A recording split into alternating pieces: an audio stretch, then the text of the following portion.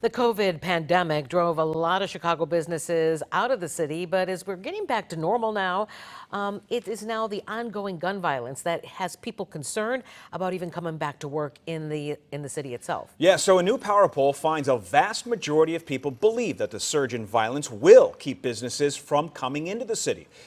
And we've seen this question before. Is Chicago on its way, and we hate to even say it out loud, to becoming another Detroit? Joining us with more is the man behind the poll, communication strategy expert and friend to us here at Good Day Chicago, Tom Seraphin. Good morning to you. Good morning. It's good to be with you this morning. Yeah, good to see you, Tom. I wish it was under better circumstances. So we'll look at the weekend numbers. These just came into our newsroom this morning. 12 people killed, 70 people wounded in gun violence. So maybe we should not be surprised that most of the people you surveyed said violence is going to keep businesses from coming back to the city. That's correct. And so you understand the Power poll is not the kind of poll that you hear from Gallup. What we've done is isolate on around 500, 600 of the movers and shakers in the metropolitan Chicagoland area. And every month we ask them about how things are going and their perceptions, because they actually are behind the individuals that make things happen in this city. 90% said the violence would impede businesses from moving to Chicago. It's a huge number. Well, Tom, there is certainly a lot of finger pointing going on right now.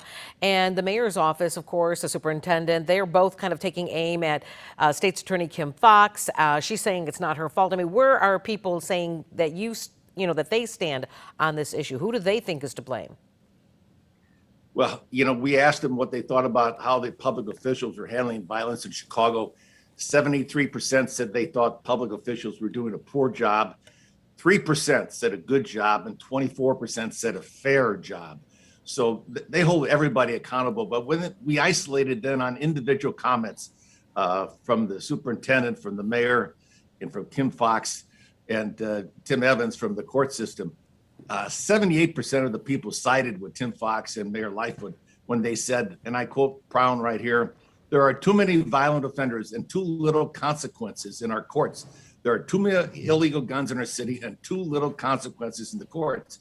The mayor just said, when somebody has shut up the neighborhood, they're released on bond or electronic monitoring within 24 to 48 hours of being arrested. What message does that send to the victims? And then I have two illustrations for you right here. Yesterday's Sun-Times. Here's a parolee that gets out of jail after he's paroled. He gets out of jail, and then he kills a witness to another murder.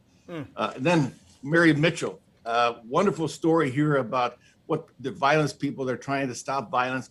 Another situation where a young gal is allegedly abused by a perpetrator. He's out on bond within 7 days. He goes back and runs over the stepmother to try to intimidate the witnesses. People in the neighborhoods are not going to be able to cooperate with police departments if the criminals or the alleged criminals are back on the street in a few days. And they're taking revenge on the very citizens that are trying to help the police department. It's a crime the way things are going this way. It's terrible. I encourage people to take a closer look. One of the things that struck me in looking at your poll, Tom, is the fact that almost 7 in 10 people didn't really have a suggestion themselves for how to improve things. And boy, we hate to hear that businesses would be reluctant to come into the city because of this sort of gun violence. So obviously, this is an important poll you've taken. Appreciate you digging into the numbers with us this morning. Thank you very much. It's good to be with you. Don't forget the situation in New York City. Eric Adams, he's going to be the new mayor of New York City, ran on crime and crime stopping. He's the former police department guy out there.